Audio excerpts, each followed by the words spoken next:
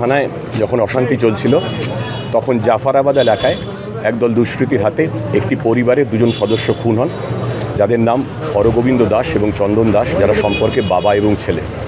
এই মামলার তদন্তে আমরা একটা বিশেষ investigation team, special investigation team set গঠন করি, যাতে স্থানীয় থানা, জেলা পুলিশ ছাড়াও সিআইডি, আইবি এবং এসটিএফের অভিজ্ঞ অফিসাররা আছেন। এই মামলার তদন্তে আমরা এলাকা থেকে গত দুদিনে বিস্তারিত সিসিটিভি ফুটেজ আমরা সংগ্রহ করি।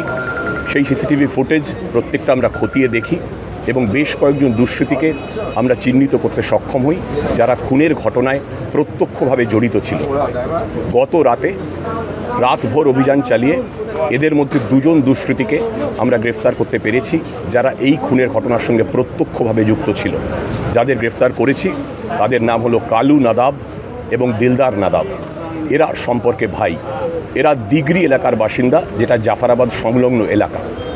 এই দুজনের মধ্যে কালু নাদাবকে আমরা গ্রেফতার করেছি বীরভূম জেলার মুরারই থানা এলাকা থেকে, এবং দিলদার নাদাবকে গ্রেফতার করা হয়েছে সুতি থানার বাংলাদেশ সংলগ্ন সীমান্ত থেকে। এই দুজনকেই আমরা আদালতে পেশ করছি, তাদের পুলিশি হেফাজতের আমরা আবেদন জানাচ্ছি। বাকি যে দুষ্কৃতীদের আমরা চিহ্নিত করেছি বা করার চেষ্টা চালাচ্ছি, এখনও ইনভেস্টিগেশন চলছে, তাদের খোঁজেও তল্লাশি চলছে। এবং স্পষ্ট করে এটা জানিয়ে দিতে চাই, এই নৃশংস হত্যাকাণ্ডের সঙ্গে যে বা যারা প্রত্যক্ষভাবে জড়িত বা পরোক্ষভাবে জড়িত, যারা পরিকল্পনা করেছিলেন খুনের এবং যারা খুন ঘটিয়েছেন, তাদের কাউকে ছাড়া হবে না। আমরা প্রত্যেককে ধরব, প্রত্যেককে অ্যারেস্ট করব, দ্রুত তদন্ত শেষ করব।